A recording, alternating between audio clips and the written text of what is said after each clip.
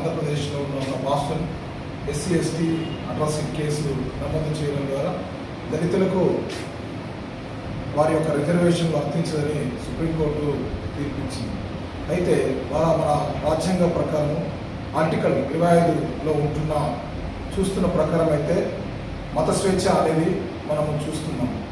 భారతదేశంలో ఉన్న ప్రతి పౌరుడికి మత స్వేచ్ఛ అనేది ఉంది.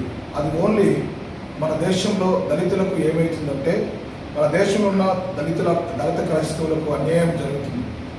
మిగతా మరి వేరే వర్గాల వారికి అది న్యాయం ఉండొచ్చు, కానీ ఆ రోజుల నుంచి ఈ రోజుల వరకు అంటే మా తాత ముత్తాతల కాలం నుంచి ఇప్పటి వరకు దళితులు అనేది అనగదొక్కబడుతూనే ఉంటున్నారు.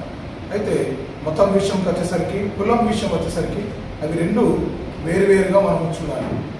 కులం అనేది అది మన యొక్క జన్మతో వస్తున్నది. మతం అనేది అది తన యొక్క విశ్వాసం మీద ఆధారపడి ఉండేది మతం.